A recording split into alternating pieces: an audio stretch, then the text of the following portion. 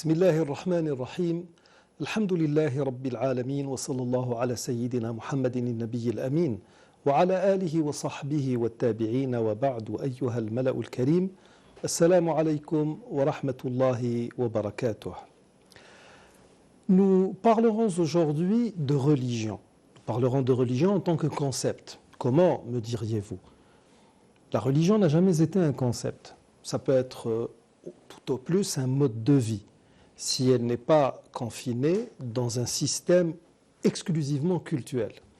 Alors, il est vrai que la religion, c'est un ensemble de pratiques, de dogmes, qui ont un rapport avec un principe supérieur, avec une entité suprême que nous, musulmans, nous appelons Dieu.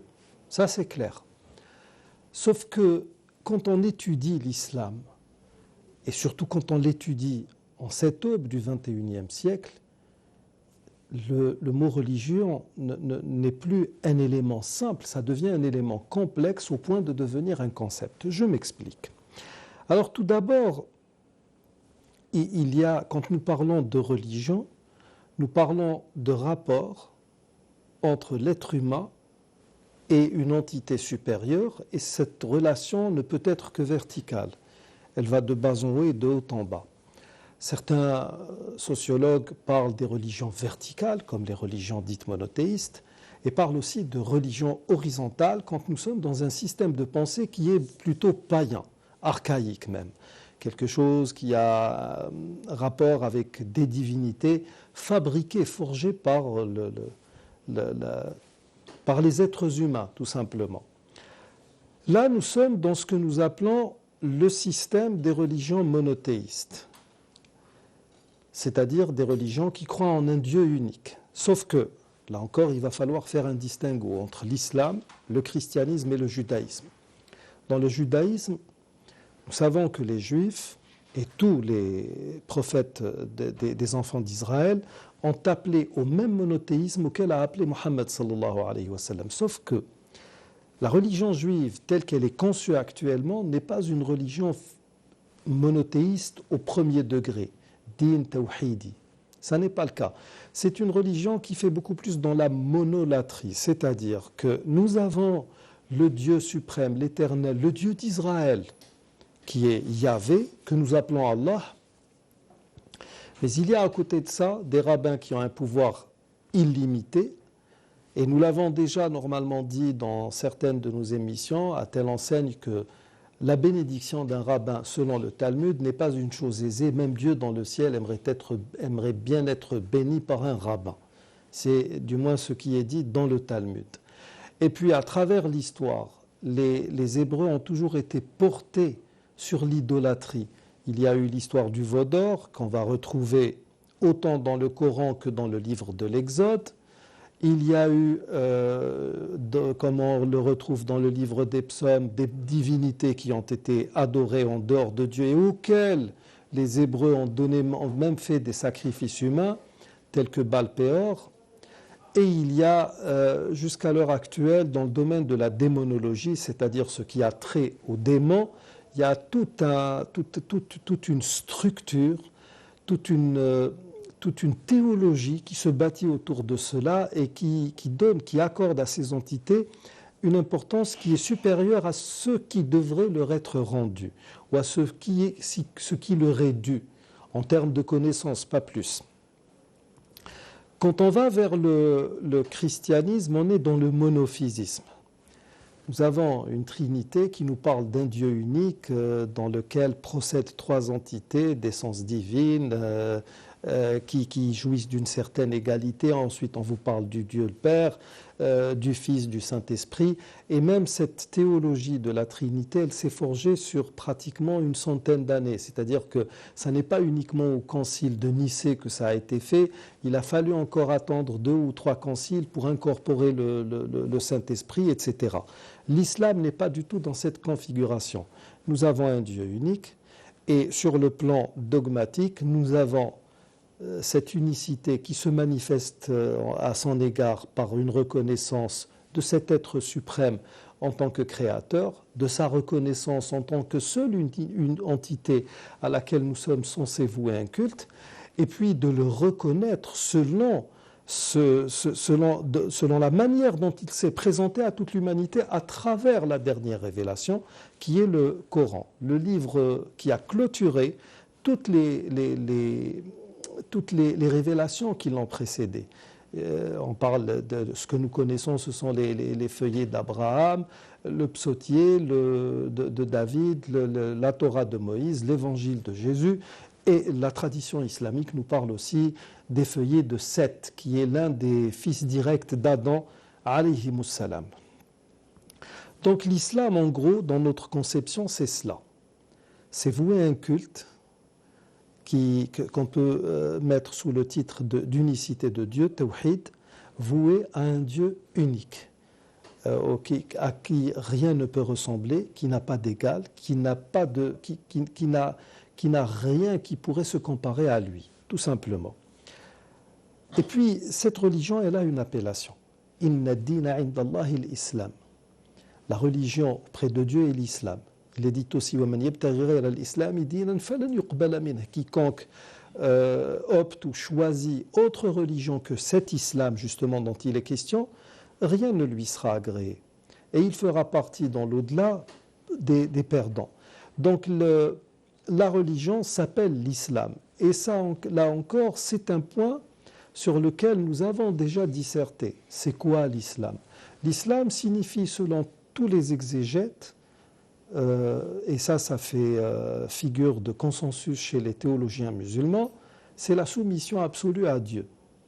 قل إن صلاتي ونسكي ومحياي ومماتي لله رب العالمين لا شريك له وبذلك أمرت وأنا أول المسلمين.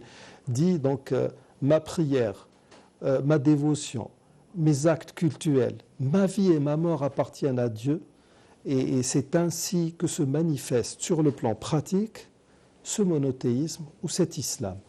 Certains vont voir dans cette appellation comme une manière de minimiser, de rabaisser l'être humain. Il y a un auteur français qui s'appelle François Joubert, un parfait inconnu, qui n'a produit rien qui puisse le mettre sur un piédestal, comme c'est le cas pour bon nombre d'auteurs, même si nous ne partageons pas leurs convictions. Il y a des auteurs comme Montesquieu, comme Rousseau, comme bon nombre d'auteurs français ou même américains ou de je ne sais quelle nationalité qui ont marqué leur génération par ce qu'ils ont produit. Cet auteur-là n'a pas été remarqué durant sa vie. À l'heure actuelle, il est très très connu dans les sites athéistes. Pourquoi ? Parce que dans le modèle libertin et libertaire qui est venu après la Révolution française, cet homme a dit « quiconque se prosterne devant Dieu se façonne à s'agenouiller devant un roi ». Ça veut dire que la religion, c'est une sorte de produit soporifique fait pour engourdir ou endormir l'intellect et la raison, et qui ne peut que forger des gens qui sont prêts à la servitude devant des êtres humains comme eux. Alors que c'est faux. Et pour preuve, à travers l'histoire, à chaque fois qu'il y a eu un prophète, les premiers à l'avoir combattu, c'étaient les rois de son époque. Pourquoi ? Parce que la religion gêne hautement les despotes, les régents et ceux qui ont une vision du monde qu'on peut qualifier d'unipolaire. Donc, nous musulmans, quand nous parlons de religion, nous ne sommes pas uniquement dans un ensemble de pratiques, mais nous sommes également dans ce dont nous sommes redevables à Dieu. Dana yadinu bishay'i ila Allah. Si nous prenons le mot dans son étymologie ou bien dans le sens tel qu'il l'exprime en langue arabe, ça veut dire que quand nous parlons de religion, nous ne parlons pas uniquement d'une relation qui peut exister entre nous et Dieu, nous parlons aussi de ce dont nous sommes redevables à Dieu. Et pour comprendre cela, il va falloir se défaire un peu de tout ce qui a trait à la religion pour revenir vers une science pure, vers des connaissances très très basiques qui vont pouvoir nous donner matière à comprendre tout cela. Je disais au tout début de cette émission que nous allons parler de religion en tant que concept et non en tant qu'ensemble de pratiques cultuelles ou de pensées, de références dogmatiques, sha'air, aqaïd, ila ghayri dhalik. Non, nous sommes plein pied dans un concept. Et quand je dis concept, ça veut dire que je parle de l'islam en tant que mode de vie. Attention. Et là, il va falloir que chacun de nous fasse un maximum de recherche, parce que nous sommes dans le devoir, si nous nous fions au Coran et à la tradition prophétique, non pas de nous référer de manière bornée et je dirais presque ubuesque au texte fondateur, mais nous sommes aussi dans le devoir de faire valoir, de faire travailler un peu nos raisons et d'aller dans la réflexion qui est, selon le Coran, une obligation religieuse. Alors comment peut-on parler de concept, honnêtement ? Nous sommes au XXIe siècle et certains sont d'avis que parler des religions, c'est quelque chose de dépassé. Je vous dis que non, parce que moi, dans l'islam, tel que je le conçois, tel qu'il m'est présenté, je suis dans un concept mais hautement élaboré. J'adore Dieu en fonction de quelque chose qui est inné en moi, et nous allons bientôt le voir. Je suis censé me tourner vers un endroit qui a son poids sur le plan historique, mais qui aussi joue un rôle prépondérant dans le règlement même de la rotation de cette terre, dans ce qui a trait à une harmonie qui fait vibrer et tourner ce cosmos dans lequel nous nous trouvons. Si je suis dans le jeûne, je suis plein pied dans une attitude purement sanitaire. Si je suis dans mon pèlerinage, je suis dans des formes d'adoration de Dieu qui vont revenir à une nature primordiale. Donc honnêtement, nous sommes très très loin de ce que pourrait être une religion telle que cela a été perçu ou consigné par ceux qui nous ont précédés.